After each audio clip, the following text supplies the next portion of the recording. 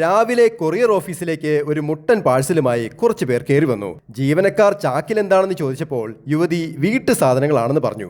ചാക്കിന്റെ വലിപ്പം കണ്ടിട്ട് അവൻ പറഞ്ഞു, ഞങ്ങ പാഴ്സലെടുത്ത് പൊക്കി ഒറ്റ ഏറായിരിക്കും, പൊട്ടുന്ന സാധനമൊന്നും അല്ലല്ലോ അല്ലേ.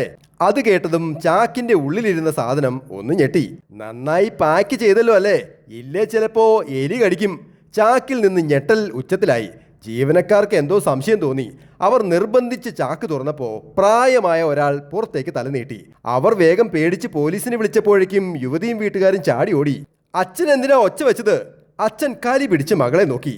എന്നെ പാക്ക് ചെയ്തപ്പോൾ കുറച്ച് തെർമോക്കോൾ വെച്ച് പൊതിയായിരുന്നില്ലേ?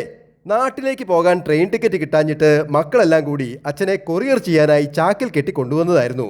ഗോഡോണിൽ വെച്ച് മൂട്ടിൽ എലി കടിക്കുന്ന കാര്യം കേട്ടപ്പോൾ ആ പാവം അറിയാതെ നിലവിളിച്ചതോടെ കള്ളി വെളിച്ചതായി.